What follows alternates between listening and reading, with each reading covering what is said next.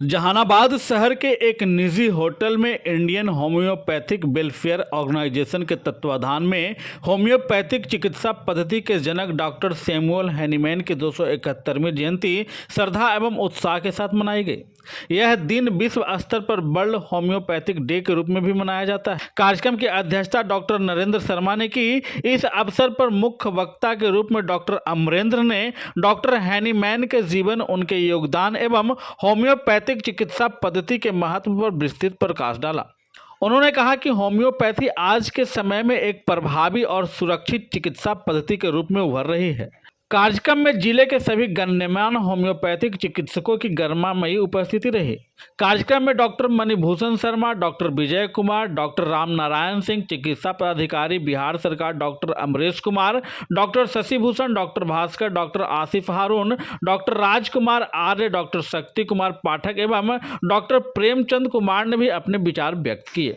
कार्यक्रम के दौरान सभी चिकित्सकों ने होम्योपैथिक चिकित्सा पद्धति के प्रचार प्रसार एवं जन जन तक इसकी पहुंच बढ़ाने का संकल्प लिया। आयोजन का समापन धन्यवाद ज्ञापन के साथ किया गया। इस मौके पर उपस्थित सभी होम्योपैथिक डॉक्टरों ने डॉक्टर हैनीमैन के छायाचित्र पर पुष्पांजलि अर्पित कर उन्हें नमन किया। आज हम लोग होम्योपैथिक के जनक डॉक्टर हैनीमैन साहब की 271वीं जयंती को मना रहे हैं और इस आयोजन में 10 अप्रैल को हम लोग वर्ल्ड होम्योपैथिक डे के रूप में मनाते हैं। होम्योपैथिक के जनक का आज होम्योपैथिक के जो विकास हुआ है, जो उन्हीं का जो खोज है वो जर्मनी के थे और उन्हीं ने होम्योपैथ का खोज किया और आज होम्योपैथ है जो वर्ल्ड की सबसे अच्छी चिकित्सा व्यवस्था के रूप में जानी जाती है। कहाँ से लोग आए? आज हमारे साथ जहानाबाद के जो होम्योपैथिक के संगठन है, इंडियन होम्योपैथिक ऑर्गेनाइजेशन, उसके अध्यक्ष, उपाध्यक्ष एवं सभी गण्यमान्य सभी चिकित्सक आए हुए हैं एवं बाहर से भी कुछ चिकित्सक आए हुए हैं। होम्योपैथी के जन्मदाता का आज बर्थडे सेलिब्रेट करें, क्या कहेंगे इस मौके पर आप? हम यही कहेंगे कि होम्योपैथ जो चिकित्सा पद्धति है वो उसमें देर के लिए नहीं जाना जाता है, क्योंकि अस्थाई समाधान के लिए जाना जाता है। कि होम्योपैथ में आए और अस्थाई समाधान के लिए मिले, ये देर से काम नहीं करती है। जहाँ पर अन्य चिकित्सा पद्धति में दवाएं हैं जो जीवन भर खाने की बात होती है, अगर किन्हीं को एसिडिटी है तो जीवन भर खाना है, किन्हीं को एलर्जी है तो जीवन भर खाना है, लेकिन होम्योपैथ में 2 से 4 महीना में हम लोग ऐसा बीमारियों को आसानी से ठीक कर लेते हैं। तो इसमें क्योर के लिए जाना जाता है, अस्थाई समाधान के लिए जाना जाता है, न कि देर के लिए जाना जाता है। इमरजेंसी में इसका इस्तेमाल बहुत कम होता है, इमरजेंसी मरीजों के लिए। इमरजेंसी में भी होम्योपैथ बहुत अच्छा काम करती है। अगर किसी को डायरिया है, फीवर है, अगर छोटे बच्चा है तो उसमें और अच्छा काम करता है। लेकिन अभी लोगों के बीच रुझान नहीं है और चूँकि एलोपैथ में क्या है कि उसके लिए हॉस्पिटल बनी हुई है, तो हम लोग को जो डिमांड था कि होम्योपैथ का भी हॉस्पिटल हो, पटना राजधानी में एक होम्योपैथ का सरकारी हॉस्पिटल हो और जहानाबाद में होम्योपैथ का हॉस्पिटल हो, जिससे लोगों के बीच होम्योपैथ जाएगा और होम्योपैथ है जो जन जन तक पहुँचेगा। होम्योपैथिक सबसे सस्ती, हानि रहित चिकित्सा व्यवस्था है और इसमें कम से कम समय में बीमारी को ठीक किया जाता है।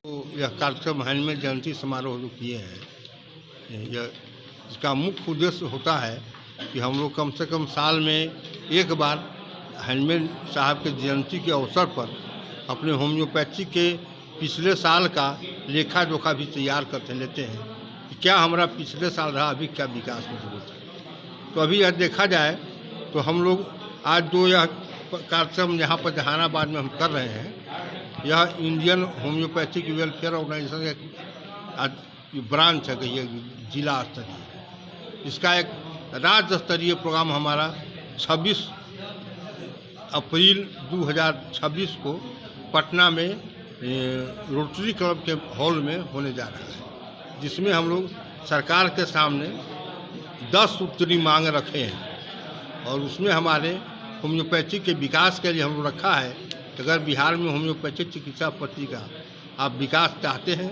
सरकार हमको विकसित करना चाहती है, तो हमें इन समस्याओं का समाधान करना होगा। इसमें एक मिनट, जिसमें कुछ चीज़ें जैसे बिहार सरकार ने यह घोषणा किया है आज से कई माह पूर्व कि पटना में एक राजकीय होम्योपैथिक मेडिकल कॉलेज की हम स्थापना करेंगे। सरकार घोषणा तो कर दिया है, लेकिन अभी तक कुछ धरातल पर लागू नहीं दिखाई दे रहा है।